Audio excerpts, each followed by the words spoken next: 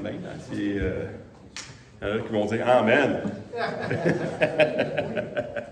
Parce que c'est bien, on a vu beaucoup de choses en Colossiens. C'est des choses qui nous démontrent depuis le début c'est quoi un chrétien mature. Hein? Des fois, ça peut venir nous chercher un peu, dire écoute, je ne suis pas rendu là, moi, il y a un problème. Tu sais. Non, on continue. On voit la parole, que la parole vient nous transformer, la parole vient nous changer. Et ensuite, bien, il y a d'autres étapes qu'on va voir aujourd'hui à la fin. Mais avant d'aller là, on va voir le dernier passage que je vais prendre de Colossiens, c'est Colossiens 4, 2 à 6. Et puis, c'est les dernières exhortations que Paul donne aux chrétiens. Hein, c'est quoi un chrétien mature? Hein, c'est les dernières choses qu'il dit. Et la dernière chose que Paul dit aux Colossiens, bien, ça concerne surtout la bouche. Hein? On le voit dans d'autres épîtres, on le voit dans avec d'autres personnages également. Mais on voit que la langue, c'est quelque chose qui doit servir autrement que ce qu'elle servait avant. Dans le sens qu'avant ça, elle servait à quoi? À se vanter, hein? À blasphémer, des mensonges, elle disait toutes sortes de choses, elle abaissait les autres, elle condamnait les autres, mais c'est ça qu'on était. Et puis, le Seigneur vient nous changer. Est-ce que ça arrive encore qu'on dit des niaiseries? Oui, je vous le dis, on va en dire encore des niaiseries. Surtout si tu parles. si tu ne parles pas, il n'y a pas grand chance que tu dises de niaiseries. Mais plus tu parles, c'est pour ça que la parole de Dieu dit, faites attention d'être pas trop nombreux à enseigner parce que vous allez juger plus sévèrement. Plus tu parles, plus tu dis des choses, plus tu peux dire des choses qui peuvent être peut-être pas conformes à la parole de Dieu, mais c'est dur des fois de faire la distinction entre ce qui est mes désirs et ce qui est la parole de Dieu. On comprend ça? Parce que moi, je peux dire des choses qui me plaisent, mais est-ce que c'est vraiment ce que la parole de Dieu dit? Ça, c'est intéressant. On va voir ces choses-là, mais peut-être d'une autre étude. Mais là, on va voir Colossiens 4, 2 à 6, qui est les dernières exhortations à l'Église d'avoir un bon comportement.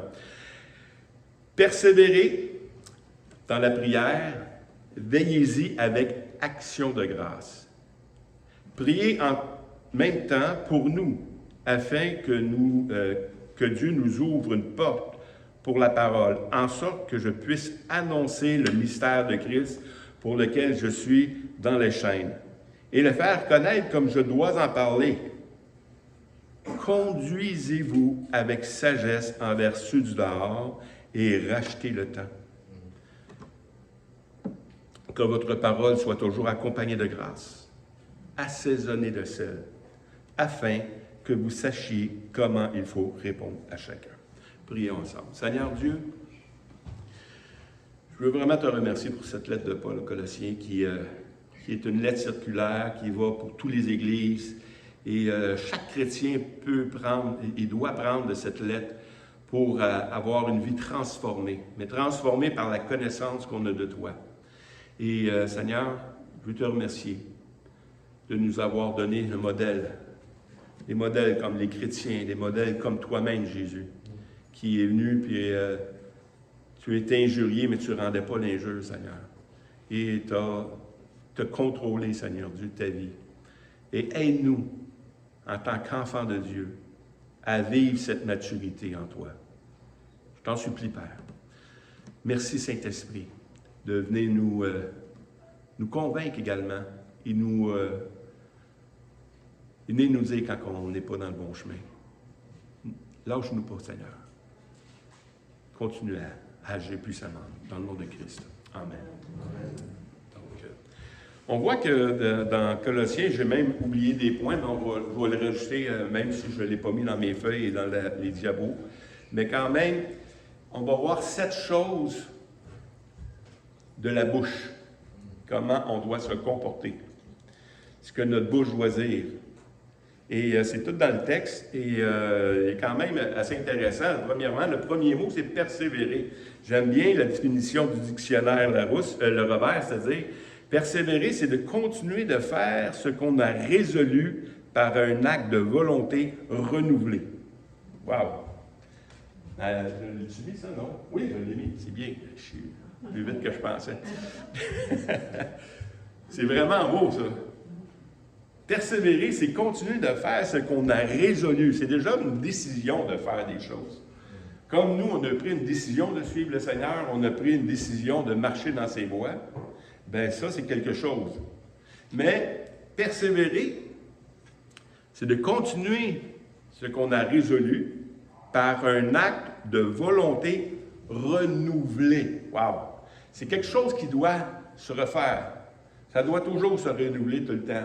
On renouvelle notre intelligence par la connaissance des Écritures, constamment.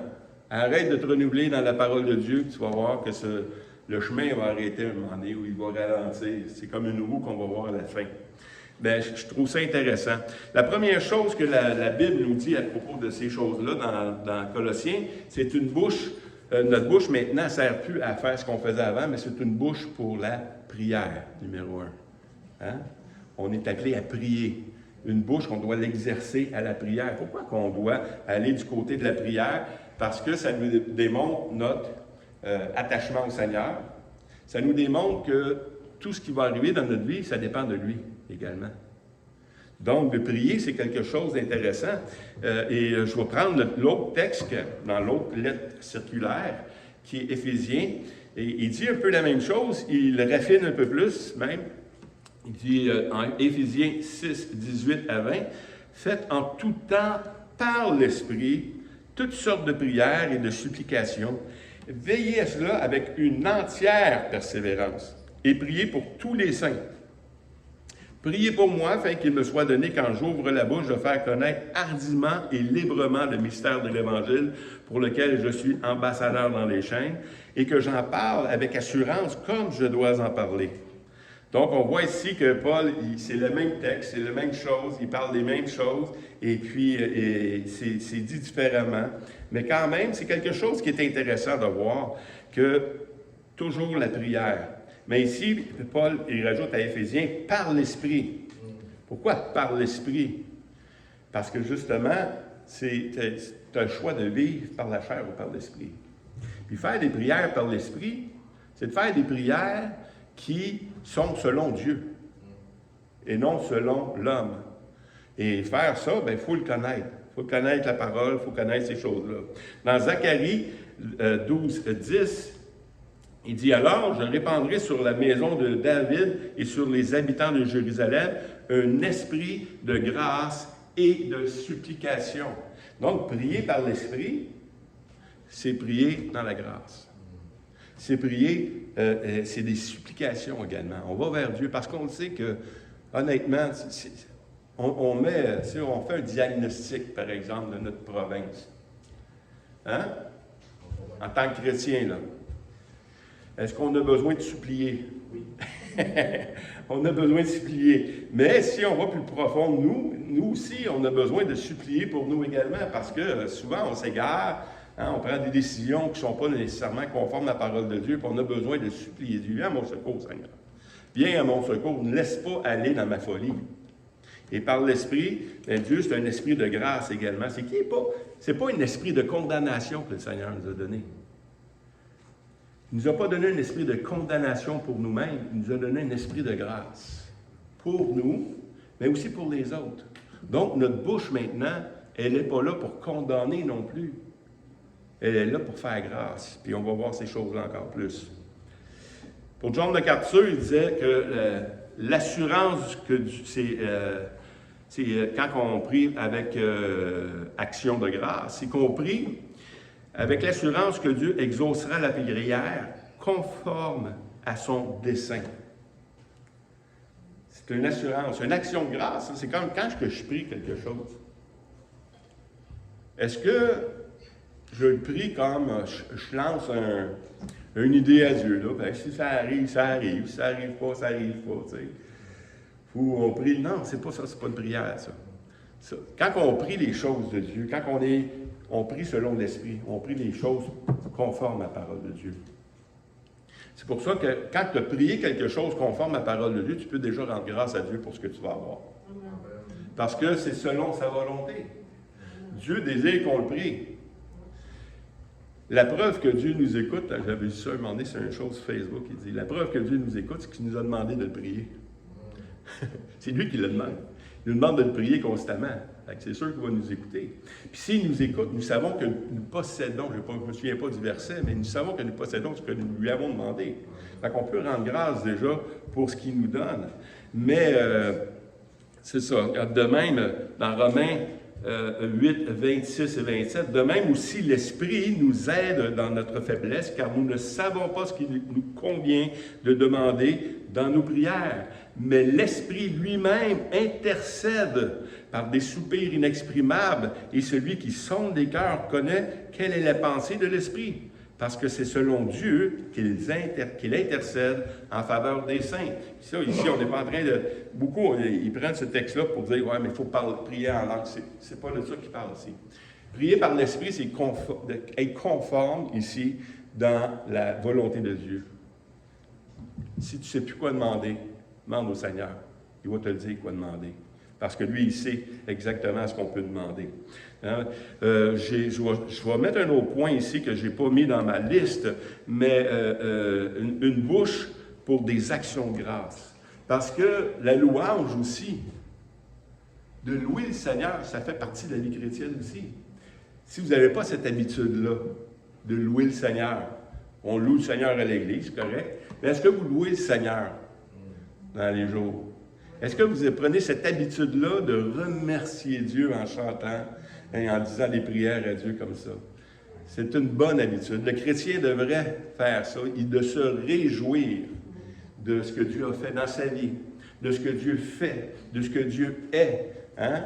Et toutes ces choses-là, moi, je suis toujours étonné. Juste de ce que Dieu est. La grandeur de Dieu. Puis quand tu regardes la grandeur de Dieu, tu regardes la petitesse des êtres humains. Et wow, Seigneur. C'est vraiment... hein?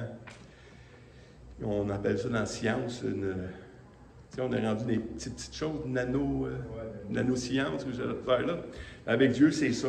Il est tellement petit, mais il prend tellement soin de nous. Pour lui, c'est gigantesque. Mais c'est ça, nous autres, pour lui. Il prend soin de nous. On peut rendre grâce à Dieu pour ça. Fait que je l'ai mis, on va le mettre dans un B. Point 2. Une bouche pour bénir les autres également. Parce que on s'en est servi souvent pour détruire, mais non, maintenant, notre bouche doit servir pour prier pour tous les saints. On le voit dans Éphésiens, c'est pas dans Colossiens, mais on le voit aussi dans Éphésiens. Prier pour tous les saints. Prenez le temps. On a des feuilles de prière ici, on a des calendriers de prière. Prenez le temps de prier pour les gens. C'est important. C'est de penser que ça ne donnera rien, là. C'est pas connaître son Dieu. Dieu, là, agit par la prière. Et ça, là, quand on va prier pour les gens, c'est un acte d'amour également. Parce qu'on se soucie des autres. On ne se soucie pas uniquement de nous, mais on se soucie des autres également en priant pour les autres. On a une bouche pour bénir les autres. Dans 1 Pierre 3, 8 et 9, enfin, soyez tous animés de même pensée, d'un même sentiment, plein d'amour fraternel et de compassion, d'humilité.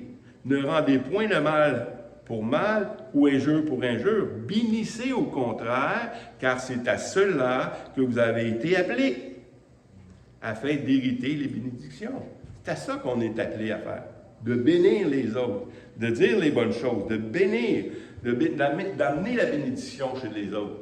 Ça, c'est un passage qu'on pourrait approfondir, qu'on va l'approfondir une autre fois également, parce que notre bouche, là, quand on bénit, il y a une bénédiction qui vient. Mais si on maudit, ou si même nous, on dit « Ah, je ne serai pas capable », il y a des grosses chances que tu ne seras pas capable. Mais si tu dis « Non, avec l'aide de Dieu, je suis capable. Moi, tout seul, je ne serai pas capable. Avec Dieu, tout est possible à celui qui croit. » Fait qu'on peut commencer à déclarer des bonnes choses. Celui qui est faible dise « Je suis fort. » Hein? Celui qui est pauvre dit « Je suis riche. » C'est biblique, ça. C'est pas moi qui l'invente.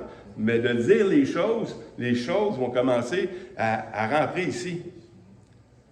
Et là, ça va commencer à changer dans mon attitude. J'agirai plus comme un perdant, j'agirai plus comme un gars qui va, que ça donne plus rien pantoute. Je vais agir comme, non, ma vie va produire. Puis Dieu me bénit, puis je vais bénir les autres. Et plus je vais bénir les autres, plus il va y avoir des choses. On va voir ça à la fin, dans la conclusion. Dans Colossiens 4, 3 à 4. Priez en même temps pour nous, afin que Dieu nous ouvre une porte pour la parole, en sorte que je puisse annoncer le mystère de Christ, pour lequel je suis dans les chaînes, afin de le faire connaître comme je dois en parler. Moi, j'ai trouvé ça drôle, la tournure de la phrase un peu. Parce que Paul demande à l'Église, priez pour nous. Priez pour nous afin que je. C'est bizarre, hein? Priez pour nous afin que je puisse. Parce que je ne lirai pas toute la conclusion de Colossiens, parce qu'après Colossiens 4, le petit passage qu'on voit, il y a toute une description de personnes qui travaillent avec Paul. Paul ne travaille pas tout seul. Il travaille avec une équipe. Et cette équipe-là l'entoure. C'est comme moi quand je fais de la prévention de suicide. Il y a des gens qui prient. Il y a des gens qui emballent les choses. Il y a des gens qui viennent avec moi. Il y a des gens qui donnent. Il y a plein de gens comme ça qui sont là, qui font partie de l'équipe. Fait que quand je demande aux gens de prier, je ne dis pas priez pour moi. Priez pour nous à Victoriaville. Parce qu'on fait de la mission. Et la mission, même si on n'est pas tous là en train de faire la mission, on a tous une importance là-dedans. Moi et mon épouse, on écoute de ce temps-ci des séries télévisées, mais sur l'hôpital, tu sais, des urgences, ces affaires-là, tu sais. Puis, je suis étonné de voir que dans une salle d'opération, il y en a juste un chirurgien. Mais il y a plein de monde qui travaille pour que le chirurgien puisse faire son travail. Il y en a qui vont enlever le surplus de sang, il y en a qui vont donner des outils, il y en a qui vont faire des choses, mais il y en a juste un qui opère. Mais l'Église, je vois l'Église un peu comme ça. Tantôt, c'est moi, tantôt, c'est un autre. Mais on a tous des ministères, dans l'Église et à l'extérieur de l'Église. Mais quand on prie pour l'Église, on prie pour que l'œuvre de Dieu s'accomplisse. Ce n'est pas l'œuvre de Sylvain, ce n'est pas l'œuvre d'un autre, c'est l'œuvre de Dieu. Puis ça, c'est intéressant de voir que Paul demande la prière pour nous, mais que je puisse annoncer le mystère de Christ et que comme je dois en parler. Dans Éphésiens 6, 19 à 20, Paul dit un peu la même prière que dans Colossiens. « Priez pour moi afin que me soit donné, quand j'ouvre la bouche, de faire connaître hardiment et librement le mystère de l'Évangile par lequel je suis ambassadeur dans les chaînes, et que j'en parle avec assurance comme je dois en parler. » Comme je dois en parler. Oui, mais Paul, c'est un apôtre. Lui, il doit en parler. On doit tous parler du Seigneur. Même ta vie, sans parole, on va le voir tantôt, parle. Tes actions parlent. Et on a tous une bouche maintenant, en tant que chrétien, pour les autres. Prier pour les autres, mais leur annoncer également le message. Le message, s'il ne sort pas le message, là, c'est comme si on est des égoïstes. On a reçu le plus beau trésor du monde, puis on le garde pour nous. Mais de le donner, c'est quelque chose. Est-ce qu'on a tous l'habileté de le faire? Est-ce qu'on a tous la formation? Mais on doit s'exercer constamment. Et en s'exerçant, on voit que les choses changent. Et puis c'est ça, c'est intéressant. Troisième point, une bouche sans parole. Dans Colossiens 4, 5, il dit « Conduisez-vous avec sagesse envers ceux du dehors et rachetez le temps. » Une bouche sans parole. Conduisez-vous avec sagesse envers ceux du dehors et rachetez le temps. Dans Éphésiens 5, 15 à 17, prenez donc garde de votre conduite avec circonspection, de vous conduire avec circonspection, non comme des insensés, mais comme des sages. Rachetez le temps, car les jours sont mauvais. C'est pourquoi ne soyez pas inconsidérés, mais comprenez quelle est la volonté du Seigneur. On doit connaître la volonté du Seigneur pour racheter le temps. Les temps sont proches, de plus en plus proches. Plus qu'hier, moins que demain. Mais ils sont proches. On le voit avec les circonstances, qu'est-ce qui arrive un peu partout dans le monde. Et on doit vivre et racheter le temps. On ne sait pas. Moi, il y a des gens, je suis content, j'ai prêché l'Évangile, ils sont venus au Seigneur, ils ont été sauvés. Puis, écoute, je suis même allé à leur enterrement. On va tous finir par mourir, c'est pas grave. Mais juste le fait que j'ai contribué à son salut, j'avais une joie en dedans. De savoir où ce qui est aussi, ça fait une joie en dedans. Mais il y en a d'autres, j'ai pas eu le temps. J'ai pas eu l'audace. Puis je vous dis, quand il part, là, c'est moins le fun un peu. Hein? C'est pas la même game. Hein? Donc, il faut faire attention, il faut racheter le temps. Il faut dire, écoute, c'est quoi nos priorités en tant que chrétiens? Puis, c'est quoi l'importance? Si on comprend l'importance de notre salut, on va prendre le temps de bien parler de l'Évangile, d'annoncer les choses. Et puis, mais ça, on peut le faire même sans parole. Dans Matthieu 5,16, il dit que votre lumière luise aussi devant les hommes afin qu'ils voient vos bonnes œuvres et qu'ils glorifient votre Père qui est dans les cieux. L'Église ici, on prend soin avec les ministères hein, de bénéance, des ministères des choses comme ça. Mais ils n'entendent pas la parole, ces gens-là. Il y a des gens qui ne sont pas sauvés, qui reçoivent des paniers. Il y en a qui sont sauvés, c'est correct. Mais ceux qui ne sont pas sauvés, qui reçoivent des paniers, ils n'entendent pas la parole, dire, écoute, non. Mais c'est correct. C'est ça. Fait qu'il y a quand même un geste qui est là, puis on peut racheter les choses sans que ça soit en parole. Dans 1 Pierre 1 Pierre 2,12, OK? Ayez au milieu des païens une bonne conduite afin que là-même vous calomnie, comme si vous étiez des malfaiteurs, ils remarquent vos bonnes œuvres encore une fois et glorifiez Dieu au jour où Dieu les visitera. C'est un peu la même chose. Dans 1 Pierre 3, 1 à 4, femmes, on l'a vu, hein, on l'a vu un peu, on a parlé un peu, je pense que c'est il y a 2 semaines. Soyez de même soumis à vos maris, afin que si quelqu'un n'obéit point à la parole, qu'il soit gagné sans parole par la conduite de leurs femmes, en voyant leur manière de vivre, chaste et réservée. Ayez non cette parure extérieure qui consiste dans des cheveux tressés, des ornements d'or ou des habits qu'on revête, mais la parure intérieure cachée dans le cœur, la pureté incorruptible de l'esprit doux d'un esprit doux et paisible et de grand prix devant Dieu. Ça a un grand prix devant Dieu, ça. Notre vie, comment qu'on est en paix. Si on est trop énervé, là, c'est pas le fun. Mais si on, par notre manière de vivre, ici, il dit que les femmes même peuvent gagner le mari sans parole, juste par le comportement. Est-ce que c'est la même chose pour les hommes envers les femmes? Ben oui, la même chose. Non, Daniel dit non.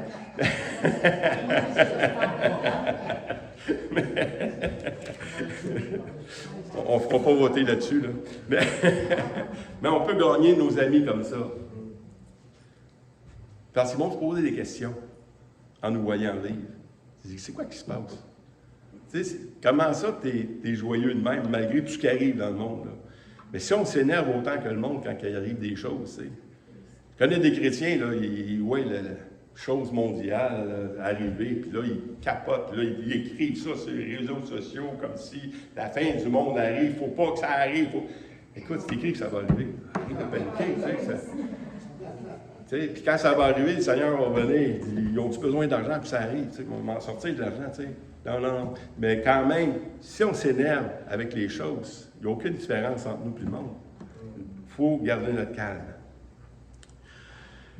Une bouche accompagnée de grâce. Que votre parole soit toujours accompagnée de grâce, dans Colossiens 4,6. Une grâce, c'est quelque chose qui est vraiment beau. Et quand tu parles à quelqu'un, puis tu t'en vas, là, ça nous arrive tous. Ça nous arrive à tout le monde. On est froissé par quelqu'un. Hein? Puis là, tu vas aller voir quelqu'un. Hey, il me fait ça. Puis c'est ci, puis c'est ça. Puis... Mais une parole douce de l'autre personne va calmer ça. Hey, écoute, je suis sûr qu'il n'a pas fait exprès.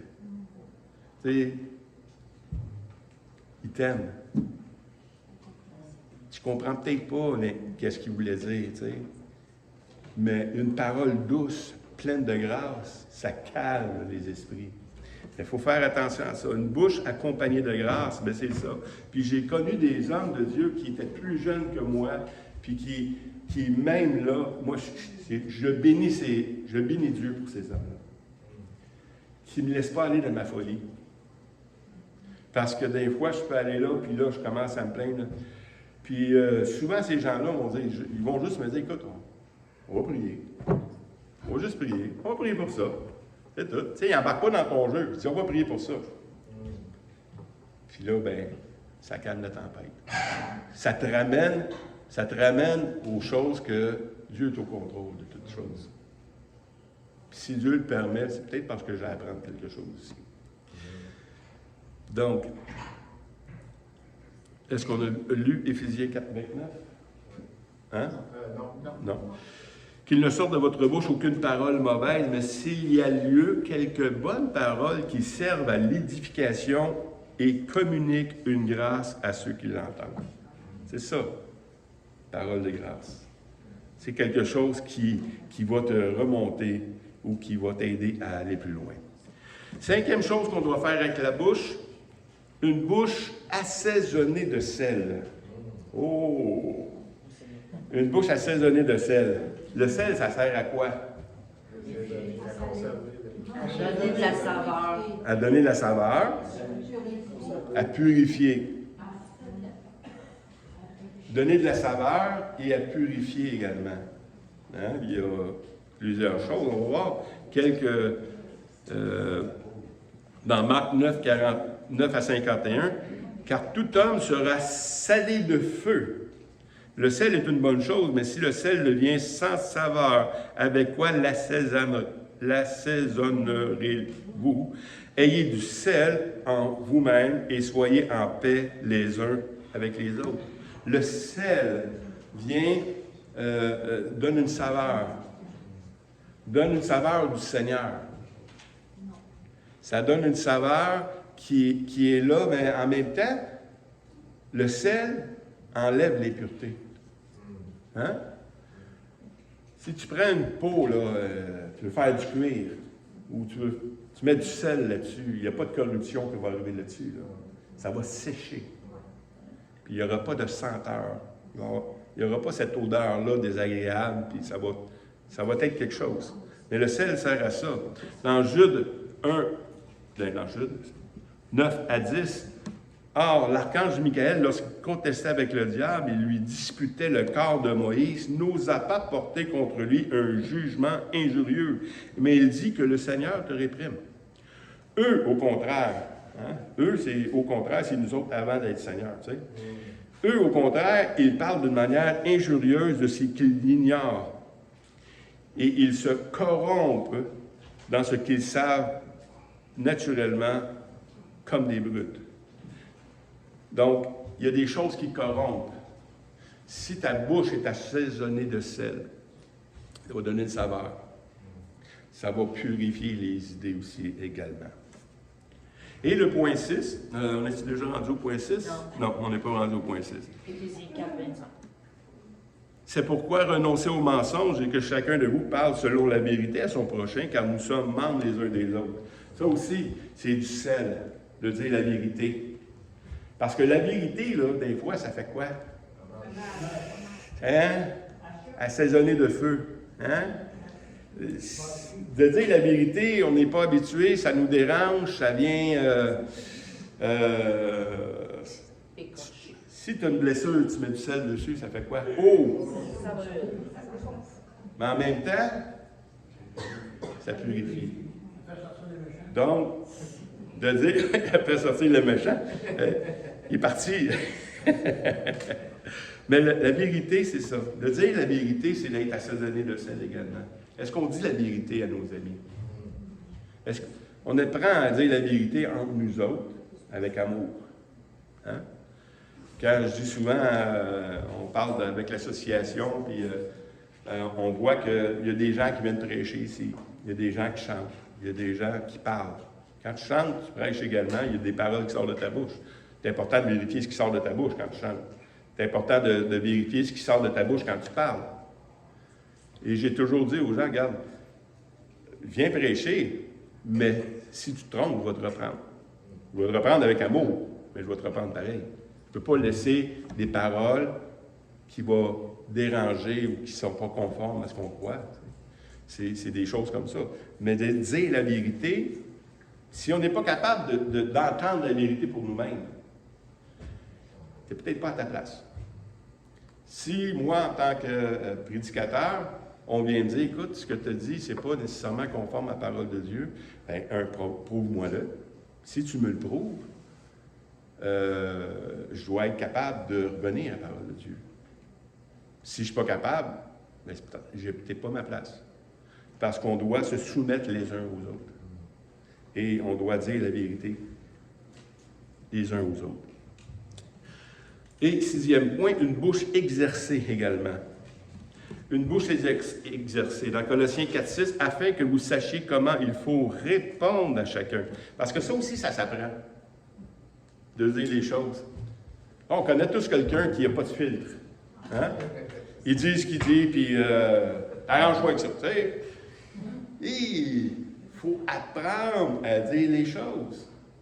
Parce que si on n'apprend pas à dire les choses, on n'est pas dans l'amour. On n'est pas dans un esprit de grâce, comme on a vu au début. On doit dire, on doit être exercé à ça. Dans 1 Pierre 3,15, il dit, mais sanctifiez dans vos cœurs le Christ le Seigneur. On est 1 Pierre 2, 21, 23. Avant ça? Hein? 1 Pierre 3,15? Ah, c'est moi qui... Mais sanctifiez dans vos cœurs le Christ le Seigneur, étant toujours prêt à vous défendre avec douceur et respect. Il y en a qui l'éliminent, ça, dans la phrase. Je ne sais pas pourquoi. On est prêt à nous défendre. Avec douceur et respect. On doit se respecter là-dedans. On n'a pas toutes les mêmes idées, on n'a pas toute la même manière de faire les choses, mais il faut se respecter, puis il faut avoir la douceur dedans. Devant quiconque vous demande raison de l'espérance qui est en vous. Parce que quand on va évangéliser, on vous dit, il faut se défendre. Mais on se défend comment? La parole de Dieu, mais avec douceur et respect également. On dit la vérité. Mais s'ils ne veulent pas connaître la vérité, ben OK, tu veux tes pères, reste tes pères. Tu sais, non, ça ne marche pas. Douceur et respect. Hein? C'est pas l'envie qui manque. Non, c'est pas l'envie qui manque. Des fois, ça me dit, tu veux y aller en enfer. Bon, non, vas-y, tu sais, c'est ton affaire. Non, c'est pas de même. On veut y aller avec douceur et respect. Tu sais, je parlais avec quelqu'un cette semaine, on parlait de semer la parole de Dieu. Ben, quand on sème la parole de Dieu, on n'est pas là en train de vouloir tout de suite le fruit. Tu es en train de semer. Hein? Quelqu'un qui fait du jardinage, tu sèmes quelque chose. Hein? Faut que tu l'arroses après tranquillement. Tu ne l'inondes pas. Ça dépend des choses. Il y a des choses, tu peux les inonder. Mais quand même, tu fais attention. Puis un coup que tu commences à sortir, là, tu tires dessus. Non, tu ne tires pas dessus. Tu la laisses grandir. Tu la nourris, tu la respectes. Tu respectes son rythme. C'est ça. Enlève qu'est-ce qu'il y a alentour, là. Tu sais, souvent, moi, je vais évangéliser, là. Et puis, tu évangélises, peu importe d'où ils viennent. Supposons que tu es un catholique, là. Okay? Ben, il y a beaucoup de choses dans sa vie qu'il a appris qui ne sont pas vraies. Okay? Et puis, je n'ai pas besoin d'enlever ces affaires-là. Moi, je donne la parole de Dieu. Et je prie pour lui. Et je dois le respecter où ce qui est rendu. Et quand il va lire la parole de Dieu, puis c'est lui qui va l'enlever. C'est lui qui va falloir qu'il fasse le ménage dans sa vie. Il y a des choses que moi, je dois faire. J'ai une part que celui qui cultive doit faire. Je le mets dans un environnement qui est adéquat, et ainsi de suite. Je le protège, hein, je l'avertis également, je mets un tuteur. Je fais des choses, je peux faire des choses. Mais la grosse majorité de la part vient de Dieu et du Saint-Esprit. Et si je ne laisse pas le Saint-Esprit agir, c'est que je pense que moi, je peux faire de quoi. Savez-vous qu'il n'y a pas personne ici qui peut faire de quoi dans la vie des personnes? Il y a juste Dieu qui peut le faire. Nous, on a à prêcher la parole. On a à arroser. Paul dit, il y en a un qui arrose, il y en a un qui plante, il y en a un qui arrose, mais c'est Dieu qui fait croire. On a chacun notre chose, mais dans le respect et ces choses-là. Là, on est rendu à Pierre 2, 21-23. Et c'est à cela que vous avez été appelés, parce que Christ aussi a souffert pour vous, vous laissant un exemple, afin que vous suiviez ses traces. Lui qui n'a point commis de péché, et dans la bouche de laquelle il ne s'est point trouvé de fraude, lui qui injurié ne rendait point injure, maltraité ne faisant point de menace, mais s'en remettait à celui qui juge justement. Des fois, avant d'être chrétien, je pensais que non, ça c'est un faible. Ça. Si tu ne ripostes pas, si tu ne te défends pas, c'est parce que tu es un faible. Puis avec le Seigneur, il nous montre l'autre côté de la médaille. Non, non. Si tu respectes, et si tu essaies de te défendre, là, tu es un faible. Mais si tu t'en remets à celui qui juge justement, là, tu es fort. Le Seigneur, c'est notre exemple. C'est lui qui nous montre comment faire les choses. Dans 2 Timothée 3, 15 à 17, « Dès ton enfance, tu connais les saintes lettres qui peuvent te rendre sage. Comportez-vous avec sagesse. Qui peut te rendre sage à salut par la foi en Jésus-Christ. Toute écriture est inspirée de Dieu et utile pour enseigner, pour convaincre, pour corriger, pour instruire dans la justice, afin que l'homme de Dieu soit accompli et propre à toute bonne œuvre. » Donc, c'est Dieu et sa parole. Nous, on sème la parole, on dit la vérité avec amour, puis Dieu va faire croire. Puis c'est ça, la bouche, comment qu'on l'exerce? En la pratiquant. Si tu ne la pratiques pas, si tu ne t'habitues pas à te donner ton témoignage, si tu ne t'habitues pas à dire ce que Dieu fait dans ta vie, tu vas être bloqué. On doit débloquer. On doit monter une coche à un moment donné. Juste. Puis comment on fait ça? Avec persévérance. On revient au début. La persévérance, c'est quoi? On a décidé de faire de quoi? On a de la persévérance pour la prière, mais on peut avoir de la persévérance aussi pour prêcher la parole. Si tu décides de dire, OK, puis le terrain le plus dur, là, je vous le dis, c'est vos enfants. Hein? C'est nos enfants, pas vos enfants, nos enfants. Pour vous, c'est vos enfants. Pour moi, c'est mes enfants. C'est là l'affaire. Mais si tu ne décides pas de leur en parler, des grosses chances, on n'en parlera pas. Mais si tu commences à te dire, non, il faut que je lui parle. Il faut que je lui montre que c'est important ce que je veux lui dire. Puis tu commences à... Il faut s'exercer à ça. Il faut prendre des résolutions. Pas comme Noël au jour de l'an, mais des résolutions qu'on va essayer. Même si on échoue, c'est pas grave. OK, je n'ai pas été capable de ici. Le temps, écoute, l'ennemi ne permettra pas que tu puisses prêcher là. Il va tout faire. Fait que prends un temps avec tes amis. Oui, parce que je ne peux pas t'interrompre. Mais tu m'interromps. OK? Vas-y. Moi, souvent, j'ai comme... si je suis avec quelqu'un et je n'ai pas parlé de l'Évangile, je me sens tellement lâche. Puis je prends cet exemple, je leur dis, tu sais, un jour, tu vas passer devant Dieu, tu vas tellement m'en vouloir, me trouver cheap, puis lâche, je ne vais pas te l'avoir dit. Fais-en ce que tu en veux, mais tu vas être content que je te l'ai dit. C'est ça. J'ai tout le temps ce genre de principe qui me oui, mais il ne faut pas y aller trop fort non plus. Non. Parce qu'il y en a un passage dans la Bible que je te mets comme sentinelle. Si tu ne le dis pas, ça vient sur toi, puis si tu le dis, ça vient sur lui. Non. T'sais, on a une responsabilité, c'est sûr et certain. Mais on doit s'exercer, on doit faire un plan. Puis, de parler du Seigneur devant plein de monde, c'est pas évident pour tout le monde. Fait que prends un temps tout seul avec. Écoute, on va aller manger, on va aller prendre un café. Déjà, tu brises bien des choses, là. Mais il faut y aller tranquillement et c'est comme ça qu'on s'exerce. Dans Hébreux, là qu'on est rendu, Hébreux 5, 12 à 14. Vous êtes en effet depuis longtemps, devriez être des maîtres. Vous avez encore besoin qu'on vous enseigne les premiers rudiments des oracles de Dieu. Vous êtes venus à avoir besoin de lait et non de la nourriture solide. Or, quiconque est au lait n'a pas l'expérience de la parole de justice. Il est un enfant. Mais la nourriture solide est pour les hommes faits, pour ceux dont le jugement est exercé par l'usage à discerner ce qui est bien et ce qui est mal. Bien, c'est ça. Quand on n'a pas l'habitude de la parole de Dieu, puis il faut que j'insiste là-dessus. Si vous ne lisez pas la parole de Dieu, il n'y a pas grand-chose, il n'y a pas grand-chance que ça aille de mieux en mieux. Il faut lire la parole de Dieu et devenir des hommes par rapport à ça.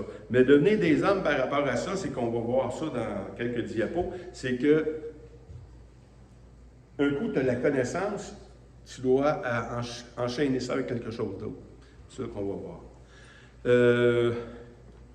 Écoute, il est déjà tard. On va aller avec 2 Pierre 1, 3 à 8.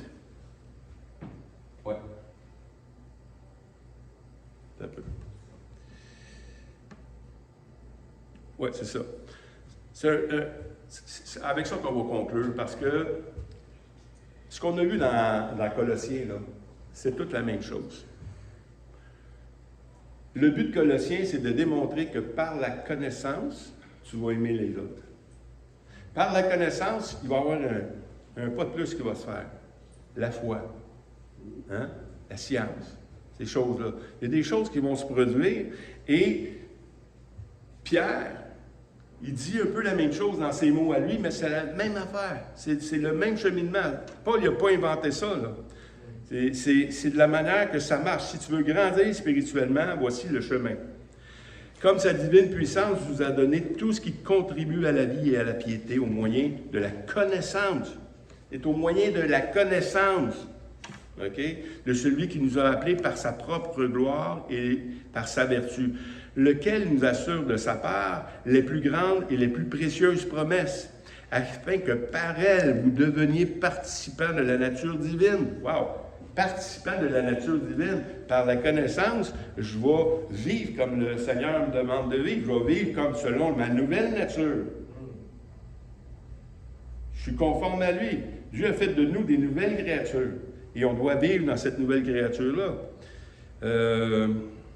Participant de la divine.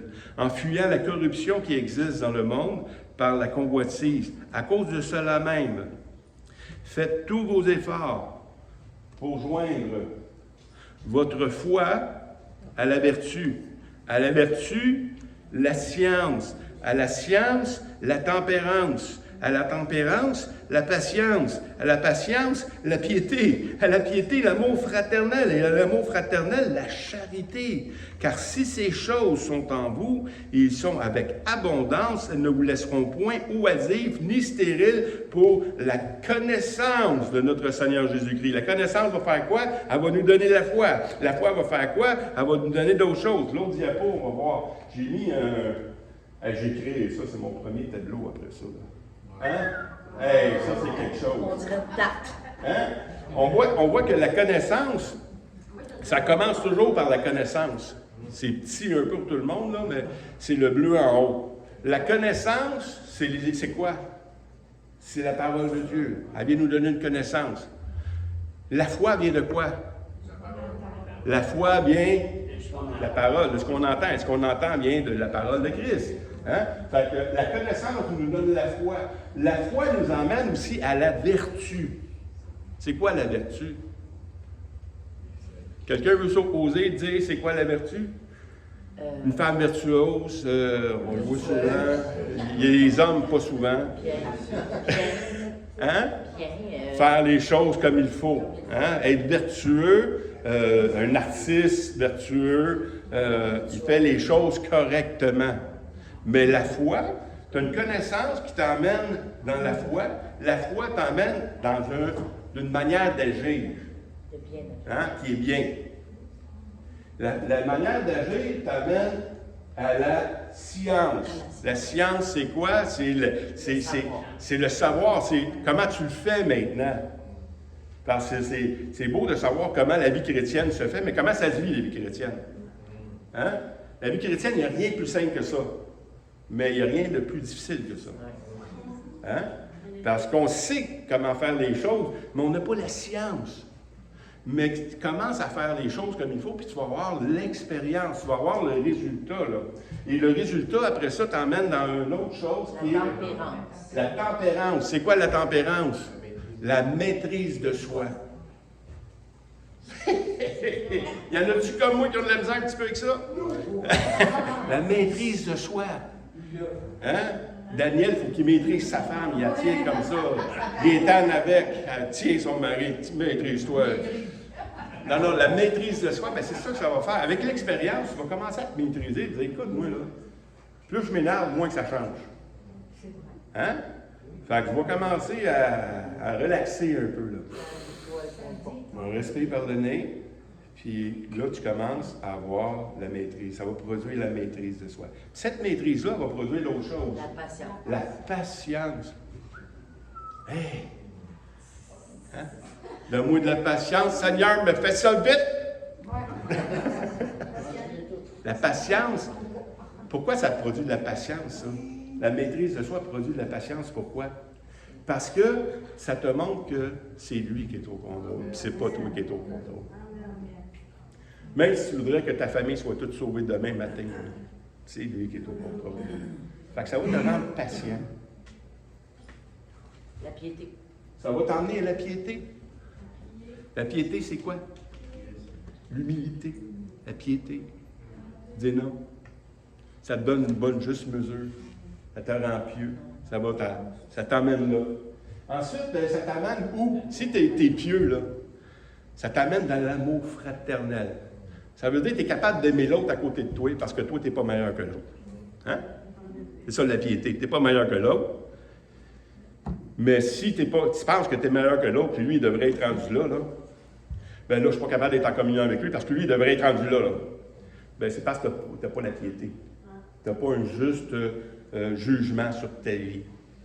Tu es débalancé. Tu penses quelqu'un, puis tu penses que les autres, c'est rien. Non. Si tu es pieux, ça veut dire que tu vas dire, non, je ne suis pas mieux que lui. Dans sa situation, peut-être que je ferais pire. Puis là, ça t'emmène une bonne relation avec les autres. Un coup, tu es dans une bonne relation avec les autres, ça t'amène dans la charité, l'amour. Ça, c'est l'amour, c'est le lien de la perfection. Et ce qu'on a lu tantôt, c'est que l'amour, là, ne te laissera pas oisif pour la connaissance de Dieu. Ça veut dire quoi, ça? C'est que, recommence! L'amour ne te laissera pas oisif pour la connaissance de Dieu. La connaissance va t'emmener de la foi. La foi va continuer comme ça. Il y en a que c'est juste le premier tour qui font ça, là. Hein? Mais on a à vivre. C'est comme si ça, c'est une roue. On a à rouler avec ça, cette affaire-là. Mais si tu ne roules pas sa connaissance, si tu n'apprends pas à mettre ta foi dans cette connaissance-là, si tu n'apprends pas à être à la vertu là-dedans, si tu ne comprends pas la science, si tu ne comprends pas la tempérance, si tu ne comprends pas la patience que tu dois avoir pour ça, puis là, ben, ça t'amène jusqu'à l'amour. Puis l'amour t'amène où? À la connaissance. Ça continue. Là, tu apprends à vivre de même. La plupart de nous, il y en a-tu que ça fait plus que 40 ans qu'ils sont chrétiens? Quelques-uns ici, hein? Est-ce que vous êtes rendus? Non. Hey, après 40 ans. Non. Pourquoi? On a toujours à apprendre. On a toujours c'est toujours à renouveler là, cette connaissance-là. Une connaissance qui se renouvelle. On revient à la persévérance du début, là, hein? La persévérance, c'est quelque chose qui se renouvelle. Puis là, ça renouvelle, puis ça recommence. Mais si tu penses que tu es rendu à quelque part, oublie ça, tu recommences, tu tombes en bas de l'échelle. Tu es obligé d'aller à la connaissance. La connaissance va t'emmener là, et ainsi de suite. Et c'est pour ça que Paul est fini avec ça. Puis, si Paul le dit, chacun de nous, on peut le dire, dans Philippiens 3, 12 à 14. Ce n'est pas que j'ai déjà remporté le prix, ou que j'ai déjà atteint la perfection, parce que l'amour, c'est le lien de la perfection. C'est ça qu'on vise. Mais je cours pour tâcher de la saisir, puisque moi aussi, j'ai été saisi par Jésus-Christ. Frère, je ne pense pas l'avoir saisi. Hein? Paul, je ne sais pas, faisait combien de temps qu'il est au Seigneur, là, mais peut-être moins longtemps que vous autres. Hein? Mais on ne pense pas l'avoir saisi. Mais je fais une chose. Puis ça, c'est aussi important que tout le reste. J'oublie ce qui est en arrière. Comprends-tu? Parce que ce que j'ai vécu, là, je l'ai vécu comme un insensé des fois. Des fois, c'était pas si pire, mais j'ai chuté encore. Puis si je m'accroche à ça, là, ben c'est comme la roue, il est flat à quelque part. Oups! Oups! Hein, la roue, hey, la roue est faussée. Il faut oublier ça. Il faut oublier nos mauvaises expériences. Il faut oublier nos chutes. Pas parce que je suis rendu bon, parce que ça va m'empêcher d'avancer maintenant. Puis si je prends les bonnes choses, puis je prends tout ce que Paul dit dans Colossiens, puis je mets ça en application, ce que Pierre dit également, bien, je vais aller en avant.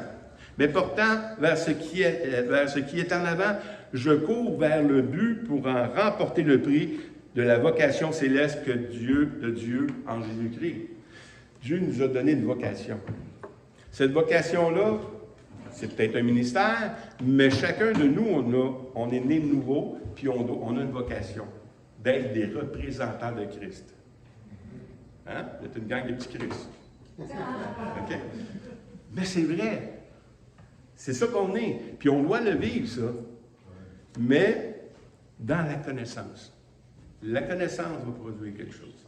Mais si le premier point de votre vie, si vous négligez la connaissance, la foi ne sera pas là. Et tout le reste ne sera pas là. C'est pour ça que c'est tellement important